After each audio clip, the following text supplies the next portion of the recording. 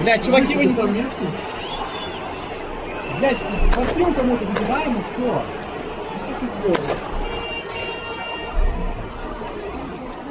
Ребят, что делать? Квартиру давайте 15 минут забираем. Открывать квартиру? Ребята, да успокойтесь. Я прям сейчас возьму. Ребят, так пойдем наверх? Мы можем быть зажаты. Вы конкретно или они? Меланик открыл год сам.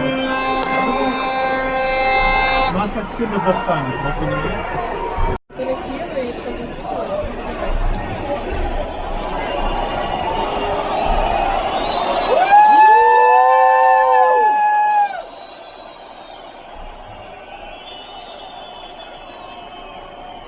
Люди, вы как просто не кричать. Берегите.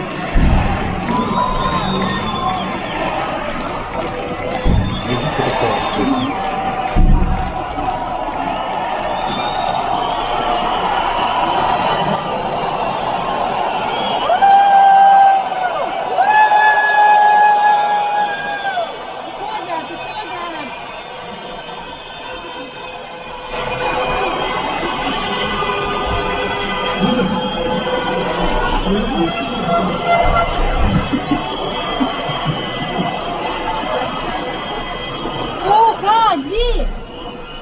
Люди подходят с стороны дороги, смотрите. Подходят люди по дороге.